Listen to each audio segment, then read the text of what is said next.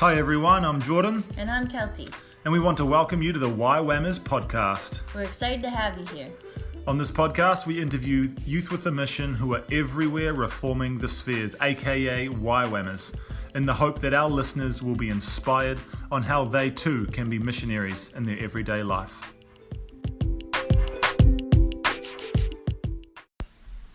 Hey everybody, Jordan and Kelty here. We are just going to share a little bit about what's been going on at the moment before we jump into the podcast. We have an Enneagram book study that's launching in a couple of weeks where I'm going to do an online book study with 15 people. Yeah, it's me, not you. It's actually through my Jordan Taylor coaching website. So if you're interested in Enneagram or you want to get interested in Enneagram and learn more about yourself so you can learn more about how God wants to use you in this life, go to jordantaylourcoach.com/Enneagram, and I will try and put that link below this podcast. So there's a few spots still available, so you can jump in on that, and that's going to be awesome, isn't it, Kelty? It is. The Enneagram is so interesting. What? I have not read this book, but we read another one on it. What was it called? We read the Sacred Enneagram That's together. Right. Yeah, and it's just so interesting and so helpful. And we love Myers-Briggs, but we've been kind of, what's the word? I'm not sure. Swayed to the Enneagram side. What's the word to describe that? I'm not sure. I like both of them. Yeah. Communication in our marriage, guys, is not perfect, as you can see. Anyways, it's very interesting, and the Enneagram is way more detailed than Myers-Briggs, but they're both great. But yeah, I think it would be awesome. So yeah, check out the web page if you want to learn more about that. And also we just launched the Spheres 101, How to Thrive Being Missionaries in Your Everyday Life, for the second time. Enrollment just closed on Friday. So we're pumped to be journeying with some people through how to navigate life as a YWAMER in the Spheres. And actually today, great segue, today we're actually interviewing Hania, who jumped on the first launch of Spheres 101 with her husband. And her husband isn't even a YWAMER, but they just watched the videos together and got a lot out of it. So I don't think we talk about that in the podcast today, but yeah, she's a good friend of ours, and she got a lot out of the course. So the interview today, what stood out to you about the interview today? What stood out? I think I say this in the podcast, but Hania talks about being a mom and still working. So she has her own business as an osteopath, and she works, I think, like 3 days a week. And she's a new mom of, I think he's 8 or 9 months old. Yeah. I can't remember. And so she kind of talks about navigating through that, which is really, I think, helpful for a lot of moms who have a career that they're going for, but also want to be a mom, because she does it really well. And I also like her accent because she's English. That's probably the biggest thing I got out of the podcast. Yeah, it's pretty. It makes her sound like famous. It does. Well, anyway, we might as well just jump straight into the podcast. So, without further ado, here is us interviewing Hania. All right, welcome everyone to the podcast. Jordan and Kelty and Lucy here today. Lucy, do you want to say hello? Lucy is currently sucking her soother, so she is preoccupied. And today we are interviewing Hania Mastroddi, a friend of ours here in Canada. Are you there, Hania? I am here. Hello. And do you also have a child with you? Yes, I have Leo. He's here too. Say So hi. we have Leo and Lucy, two babies on the podcast. How old's Leo? He is 9 months. 9 months. Wow. So he has existed for 18 months now. He has. Yes, that's right. Half his life inside you and half his life out. What an exciting time. So, Hania, we are pumped to have you on the podcast and just hear a bit about your story and your journey after YWAM, what you've been doing, what you've been up to. But first, we want to start by asking you if you know your Myers-Briggs and your Enneagram personality types. Thank Yes. you, Leah. I know one of them. I can't remember which one I did now, but Okay.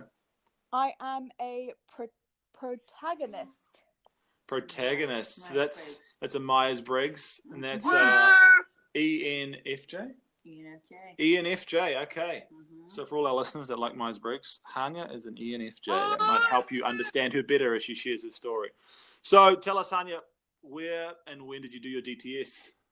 So I did my DTS in 2011 in Australia in a place called Newcastle, which is in New South Wales. Okay, cool. And would you just do your DTS? Did you stay on after your DTS? What was kind of how long were you with YWAM? So I just did my DTS, which was 6 months. Okay. And then I left after that. And when you decided to go to YWAM, what was kind of the motivating factor to go and do your DTS? Well, I guess you could say I always knew that God existed, but then I had a lovely encounter. I went to a concert in England called Soul Survivor. Yeah. And that's where I think you could say I gave my life to Jesus. Yeah. And then following that, I discovered YWAM and felt like that was exactly what I needed. Cool. So I pursued it. And then a woman called Faith Yoder from DTS Australia at the Newcastle base, she called me, and the rest is history. Wow. Okay. And so, did you grow up in a Christian home? I did. You did. Yeah. Okay. and was it a Christianity kind of like YWAM Christianity, or was it a different kind of Christianity? So, well, my mum was brought up as a very traditional Christian. My dad was brought up as a Catholic, but when they married, they sort of broke away from the traditional stuff. Sorry, Leo's just pulling my hair.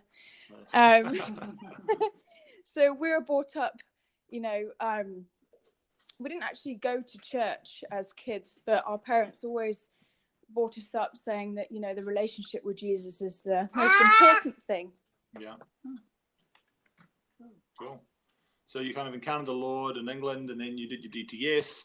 And talk to us about like what happened after DTS. How was your transition from DTS kind of into life after DTS, and that whole figuring out what to do next? Well, it was quite interesting because I actually got asked to pray about staying on to help to lead a DTS. Yeah. Obviously, that was very flattering. It was a very attractive offer. However, I felt that I needed to return to the UK to study. I didn't necessarily want to do that. I wanted to stay, but I felt that it was the right thing. Yeah. So I returned, and I found the transition very difficult, actually. Sort of suddenly not being surrounded by affirming, like-minded YWAMers. Yeah. And instead was sort of thrust into a very busy, hectic London life, which was quite a contrast, as you can imagine. Yeah, I bet. So how was it, like, how did you navigate that? How long did it kind of take you to find your feet or find like a new rhythm, or what was that? Tell us a bit more practically how long that lasted. How did you work through it? That's a good question. I think it probably lasted about maybe 6 months. Yeah. So I definitely felt quite lonely at times and confused about my purpose. I actually met my husband-to-be the second week of my university studies. And so he played a huge role in helping me transition. Yeah. And he supported me very much. But it was scary, I was very scared that I'd fall into my old ways, drinking too much, making silly decisions. And you're surrounded by all those people anyway at university, aren't you? Yeah.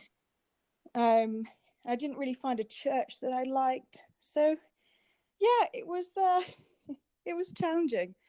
But after, say, about 6 months, I definitely sort of found myself a little bit more and definitely understood how to be a YWAMer in the world, if that makes sense. Yeah. So 6 months, and then kind of there's no church you kind of feel like you could plug into, but you found your now husband Rob, and he was able to really help you process, help you navigate, help ground you and what God was doing in your life in that season. He was great. Yeah, he was. And, in addition to my parents, Rob played a huge role in that. Yeah. That's awesome. So tell us a bit about, so now you're out of YWAM 6 months, like what is you're studying? What are you studying towards?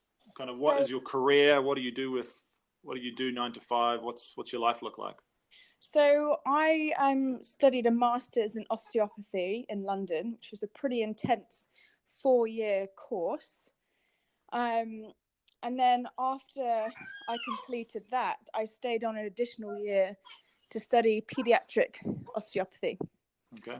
So it was intense 5 years. Oh, 5 years.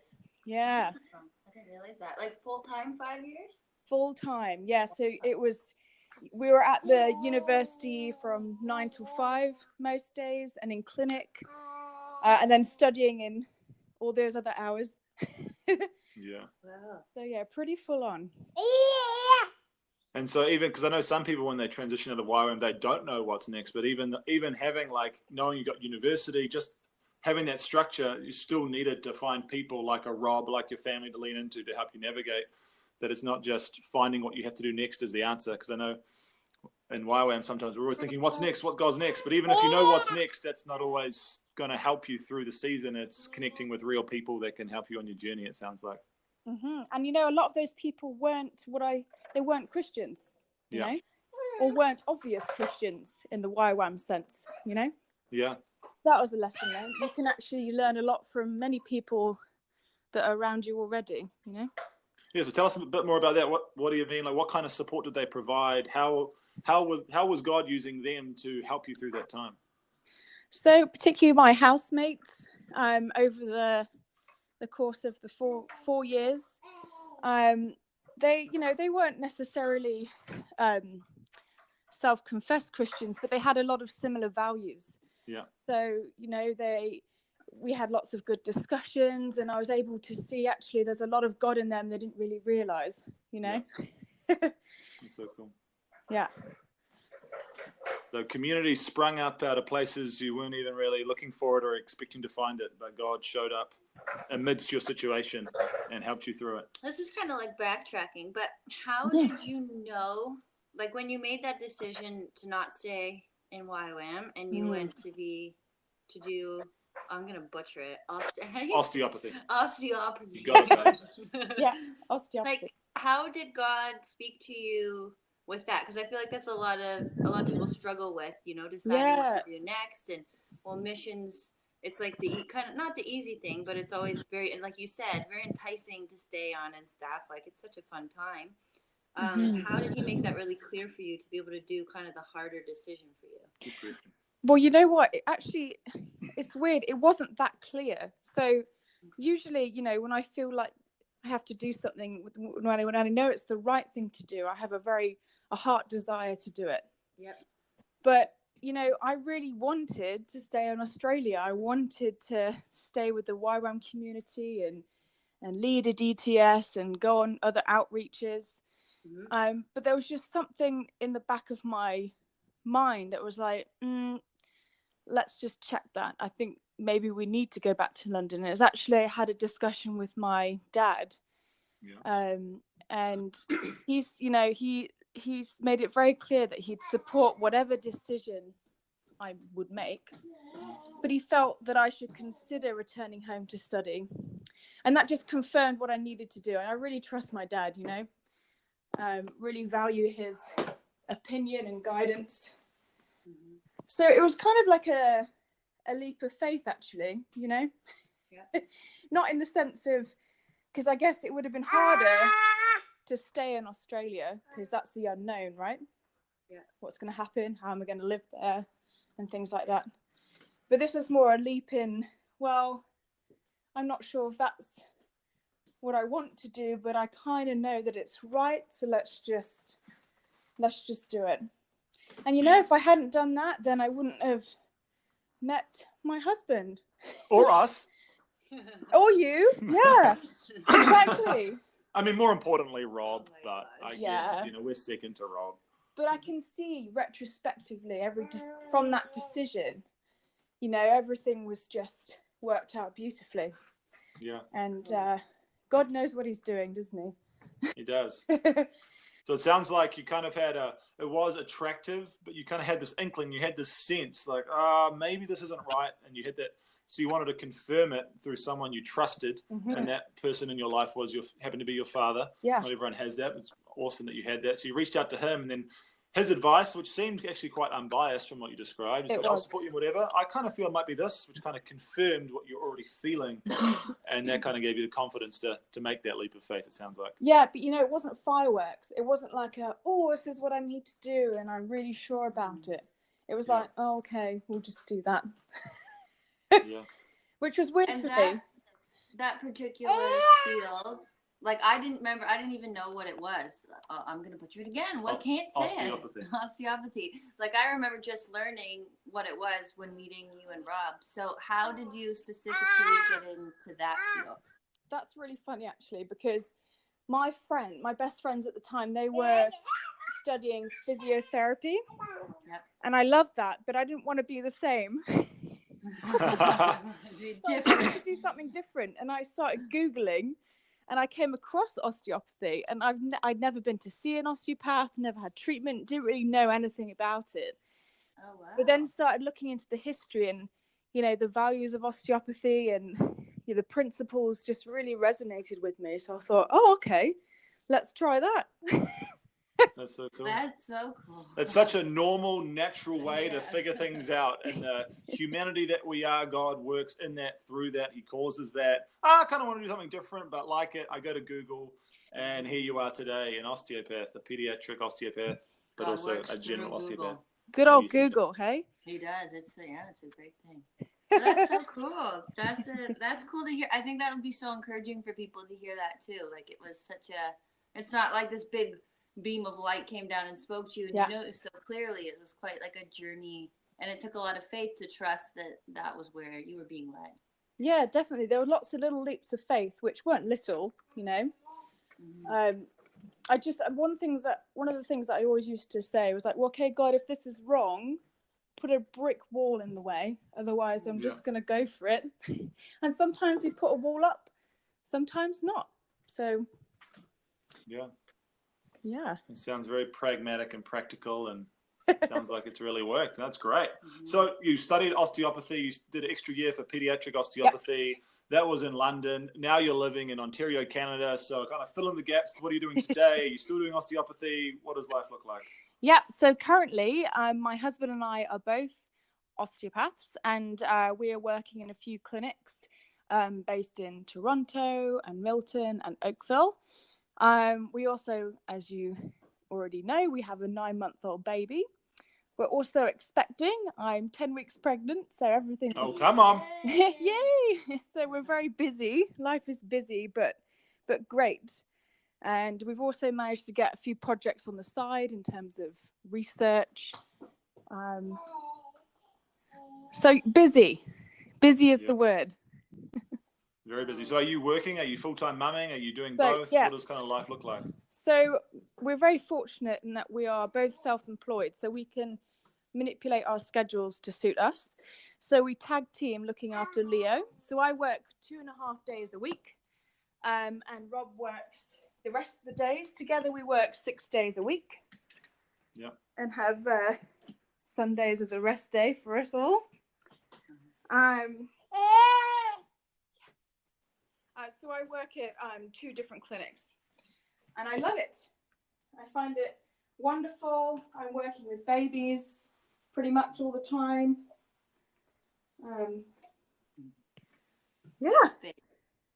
That's super big. So what does it mean for you to be a Christian osteopath? I mean, obviously you don't advertise Christian, but you're a Christian, and your role, your mission, your vocation is being an osteopath. It's being a mom. Like, what is the difference for you in being kind of a Christian who's an osteopath rather than maybe someone that's not a Christian who's an osteopath? Well, actually, a lot of what we do is we're essentially laying on of hands, right? People come to us with aches and pains, and we try to understand the root cause of the problem and then try to make them feel better by using manual therapy, so putting our hands on and manipulating joints and muscles and all sorts of things.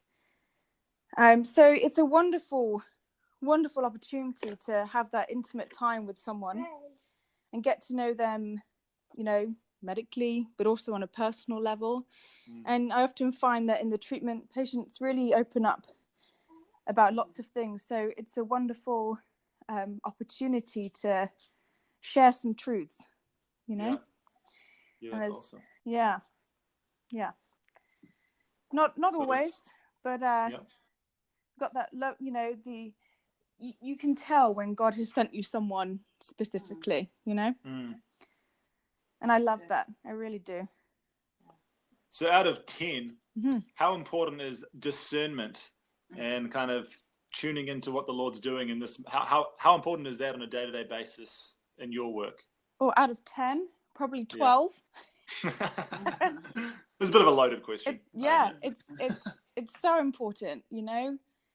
Even down to not just, okay, what's going on here? What muscle's the issue? It's more, how do I explain this to this person? What do they need to hear now? And what do I focus on? And how do I manage this client? And all these sorts of things.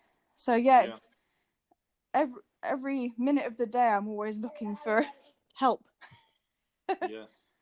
Leaning into the Lord, how to practically help this individual, not just another client, but Mary or Jill that's here with their own baggage that I'm sure people carry their baggage even in their emotions in their body, which causes probably some of the problems. And how do we not just help physically, but emotionally, and they're all tied together? Would you say the emotional, physical connection, like, have you noticed that's kind of pretty connected, or do you find those things separate? Oh, no, definitely connected. Definitely. We work a lot with lots of individuals who have lots of aches and pains from work position, but also stress, you know. And we know that stress causes a lot of fatiguing, and it can add to our postures not being ideal. Can disrupt our breathing patterns, and so we deal a lot with that, you know. But we're also mindful that we're not psychologists. So it's balancing that, and mainly just being there to listen to things that they're telling you, you know. I don't necessarily say a lot. And sometimes the last thing people need is more words. They just need someone to listen and be there for them. That's awesome. Exactly. So for you, being a YWAMER in the spheres, being a Christian, and your job and your calling is to be an osteopath, to lay on of hands, like, is the term ministry, what does the term ministry mean to you? Like, do you see what you do as ministry? Has the word ministry evolved for you since you've been in YWAM, or have you always kind of had the same view of ministry? Talk to us about what ministry means to you.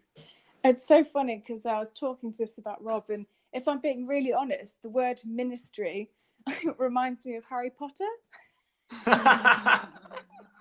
You know, the Ministry of Magic? Yes. I don't know why, but it always has done.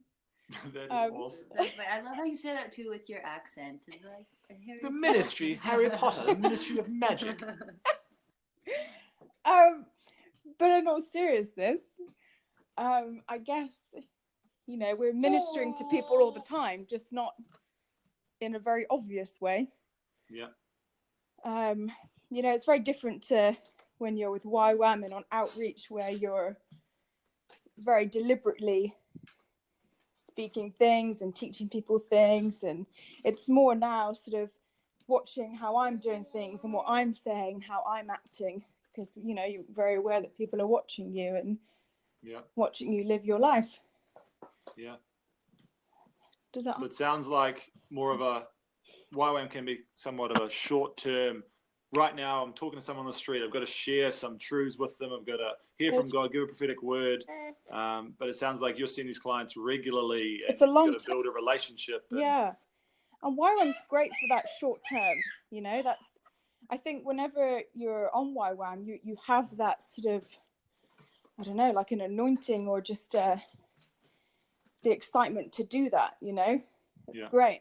But then when you're actually, you know, setting down long-term roots and you're working with people over a long-term basis, and you can't always go in that way, you know. You have to build a relationship and understand them, and it's mainly, I think, them watching you and how you react to things and what you say and what you think about things, rather than directly telling them information. That's good. So for you and your work, I mean, life can be quite grey sometimes. I mean, it's nice if we always just knew exactly what God was asking us to do and we just were obedient. But lots of the times it feels like it's kind of grey. Even as you described your decision to go back home, it's like it wasn't super clear. Kelty was like, there was no ray of light for you, but you kind of had to make a decision and go through a process. Does any stories kind of come to mind of just in your workplace, in your life, of where you've been unsure what God was saying and you kind of had to just make a call and take a step of faith? Yeah, I'm sure there have been many. It's hard to think of a specific example, but most recently it's, what does my career look like now that I'm a mother? We are. I'm starting up a little research project with some colleagues as well, and I'm realizing that I can't commit as much time to it. I can't do as many courses that I want to do because obviously I have a little one to think about. And so it's just trying to manage that in my mind. Maybe the timeline for what I think I want to do now is different from what I expected it to be, Yeah. So, and sometimes, I can feel a little bit, I wouldn't say down about it, but I want, my nature is to get on and do things and do them now and do them quickly. Yeah. But I think motherhood just has a different way of doing those things. Yeah. As I'm sure you guys know. It's a different pace. It's a different way of living, and priorities and everything kind of shifts. Yeah, and I think everything in our life up to now has been very bish bash bosh. We got married, we moved to Canada, we had a baby, we started a new business. Everything happened very quickly, and it was great. I love that momentum, but now things seem to be progressing but slowing down a bit, and perhaps taking our time over things a little bit more. So it's definitely an adjustment. And how do you feel like, if your personality has been very, what did you say, bish bash bosh? I've never heard that saying. I don't know if that's a Oakville saying, a Hania saying, or an England saying. I wonder if any of my YWAMERS on my DTS are listening to this, because I used to say that a lot and they always used to laugh at me. Yeah. I think it's an English thing, but bish bash bosh means, oh gosh, what does it mean? Get it done. Get things done one after the other. Yeah, exactly. So it sounds like you've had to go through a transition. So with the personality that likes to get things done, you've had a history and a pattern of living that gets things done, moves one thing to the next, achieve lots of different things, do courses, start business. Like, how are you? Is it a wrestle to feel like you're not doing enough as you transition to motherhood, or do you just know, like, this is what I'm supposed to spend my time on? Like, no, I think I found it challenging. I know that motherhood is what I need to do now, but also, I don't believe that just because you're a mother, things stop completely, Yeah. And it's just understanding that you can still learn, but in a different way, and by doing something else or taking more time to do something. Yeah. But trying to figure that out is a process, and I'm still trying to figure it out. Yeah, for sure. I think that's probably, for ladies who are listening too, that's probably a huge, I think we all battle with that kind of like career versus motherhood, but like I feel like you don't have to choose, right? Like, career can be just being a mom, or you can continue to do what you study. But I think it's really probably encouraging, Hania, for ladies to hear what you are doing, that you can still continue to work, but you could still also have, days like today where you get to be with Leo, and you can do both. Exactly. It's more, adjusting your mind to it, and how you see it, because you can still do a lot, just in a different way. Yeah. And I think that's part of what that verse means, like in Romans 12, about being transformed by the renewing of your mind. I feel like in different seasons, God has to teach us different things and new ways of doing things. He's always into the new and developing us. And once we feel comfortable in a box, he's like, okay, that box was good for that season, but they were just trainer wheels. Now you need to learn to run without the trainer wheels. And it's always something new, so we don't rely on an old pattern. And it tests us, and it shapes us, and it forms us. But we become, I think, if we respond to it well, more Christ-like, more patient, more mature in the process. Exactly. So I commend you. It's not easy to navigate being a business owner, being a mom, being in a country that's not your own. You don't have family around, and just navigating all of that. And Yeah, it's amazing. and you're doing a Done great such job. good job. Yeah. Oh, well, thank you. That's very encouraging. Sometimes I feel Yeah. I'm doing a good job. Some days I think, oh no. So you're telling me you're a human being. That's interesting. It's good to know. So for you, Hania, as you are away from kind of your original homeland and you're doing life here, what does community mean to you? What is your community? How do you do community? That's a really good question. You know, we love hosting. We love having people over. One of my favorite things to do is just have a good meal, a couple of glasses of wine, and have good chats with our close friends. We go to a church here intermittently, I'd say, which is, they're great people.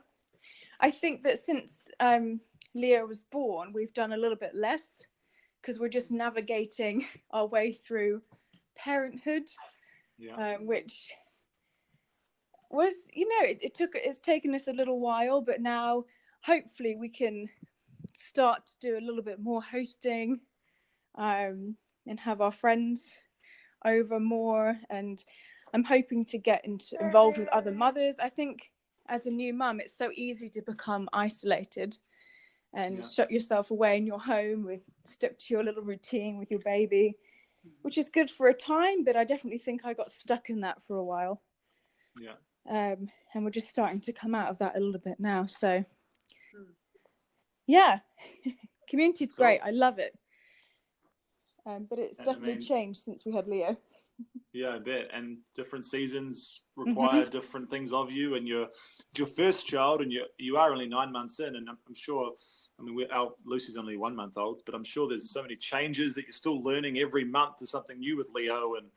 And I mean, I hope you don't mind me sharing this, but I remember you saying to me a few days ago, now Leo knows when he needs to poop, and he goes and hides away when he poops. Is that what you said? He goes to he likes to be private, so he crawls over to a little corner, his space, and we hear a little bit of grunting. Then after a time, he joins us again with an aroma. That is wonderful. Sounds like a gentleman. In English, he's got that English respectability, gentility in him that goes to poo in a corner rather than right in the middle of the floor. That's great. Yeah. So for you, what does the future hold? As you think about the future, any plans, dreams, goals, or words or that you're holding on to about the future? Yeah, well, Rob and I have always had a vision to run a mentorship clinic for newly graduated osteopaths. I think there's a real need for that here. Yeah. Just giving new grads an opportunity to get more experience, more one-on-one tutoring. And we'd also love that clinic to be able to offer more affordable services for the community, because osteopathy, as you know, isn't always accessible to everyone. Yeah. So that's one of our main visions. That's so cool. Yeah. And then obviously, you know, we love children. We've got another one on the way. We'll see if we have any more after that. And then supporting our kids and watching them grow. And we can't wait to see what their desires are, you know, and who they become. So that's very exciting. Yeah, that's so cool. And I love just your vision that you have in terms of thinking of like the business sphere of influence and how do you do it as a Christian and live with a missional mindset. And it sounds like your vision really is to disciple and pour into people and also make good services to help people thrive in their health and their life more accessible to people that don't have as much resources. And I just think how those are such kingdom principles of discipleship, of not making services too expensive for everybody, all those things. So it sounds like, I don't know if you intentionally thought of those things or if that's just a natural flow of you came up with the idea and it just happens to have those principles a part of it. But it sounds like a really amazing vision that I'm sure will come to pass as God continually speaks into it over the years to come. Thank you. Yeah, we know it will come. We just don't know what it looks like yet. Yeah. But we're excited to watch everything unfold. Yeah. So as we wrap up today, Hania, what are 2 pieces of advice you would want to share with other YWAMers in the spheres that are figuring out how to be a YWAMer in everyday life? What are 2 pieces of advice? That's a really good question. So I guess the first would be, be real with yourself and with God. Even though we all know that he knows, but I found that being verbally honest about how I'm feeling and how I'm coping has helped me to overcome and understand the root of why I may be struggling. Yeah. And very often it's because I'm trying to do everything myself, When I verbalize it, it's like an act of giving it up to God and lightening my load. Yeah.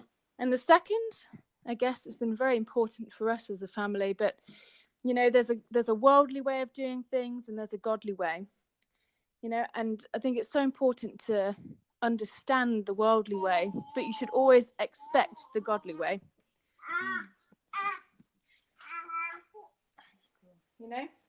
That's so cool.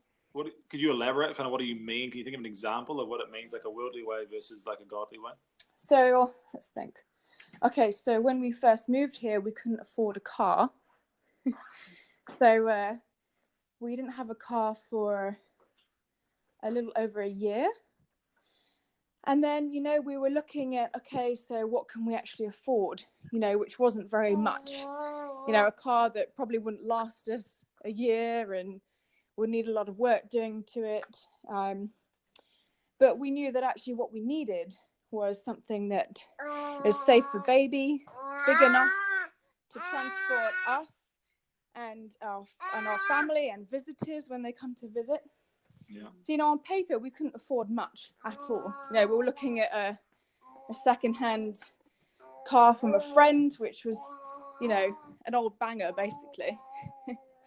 But actually, what we ended up getting was an almost new Tiguan, which was just amazing. The money came in and God provided. And then a few months later, we actually got another car. Wow, double portion. Right? Hallelujah. So, like on paper, the world can say, well, this is what you can afford, this is the limit. But actually, God says, no, I'm going to give you what you need and more. Yeah. That's so cool. That's so cool. A great example. Yeah. So the 2 pieces of advice are being honest with yourself and with God. And I think that's kind of like, as we see in scripture, that's kind of like what David did. You read some of those Psalms and you're like, man, he's just ripping into God, saying he doesn't exist, that he sucks. And like that got eternalized in the Holy Scriptures for everyone to read, and just how much God loved David in his honesty. But as you say, we know God knows everything, but sometimes we struggle to share it. And I even think, as you say, it's a practical way to kind of give it to the Lord, give it to God. And I think of that verse, cast your burdens upon the Lord and he will sustain you. But I think sometimes we don't know how to cast our burdens upon the Lord. How do we practically do that? And I think you just gave a real practical way. Literally speak out loud, honestly, how you're feeling. And that's a practical way to get something off your chest to God. But it's not gossip. You're literally being honest with God. And it sounds like it really works for you to help process and navigate some of those difficulties. And then the second was the worldly way versus the kingdom way. And I think we all need a reminder, and continually, it's a lifelong journey of how do I not conform to the culture I'm in, to the patterns of this world, and how do I actually live according to what God is doing, what God is saying. And I think we'll all be on a lifelong journey with that. So those are really good. Those are really good. Super helpful. Good. I'm glad. Hania Mastroddi, thanks so much for giving us 37 minutes and 40 seconds of your time as a mother, as a busy lady. So inspiring. Yeah, and we think people will really be encouraged by what you've had to share. Yeah. Absolutely. Oh, well, I hope so. I'm encouraged. I mean, I find being a mom, I'm like, oh my gosh, how do you get a shower in? But you're like showing the way, like, no, you can do lots. You can. Well, that's very encouraging for me. So thank you. Hania, well, I'm so glad that you were available today, and I hope that we get to come over again soon and eat your food, because for everyone listening, she does make great food. And I just heard that she loves hospitality now, and I love receiving hospitality, so I feel like our friendship is going to blossom even further. Your food and meals are amazing. That's true. Well, I can't take credit for that. That's Rob. Rob, and you're humble too. He is fantastic. Amazing. He is, yeah. Maybe one day he'll become a chef or something. He's just fantastic. That's so cool. Well, thanks, Hania. Yes, thank you, Hania. We'll talk again soon. Okay. Love you guys. Awesome. We'll see you later. Bye. Bye.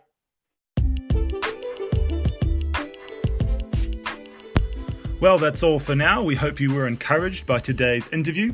If you aren't already doing so, follow us at YWAM Spheres on Instagram, join our Facebook group, and check out our website to find more resources to help you thrive in the spheres. Thanks for joining us. We'll see you next time.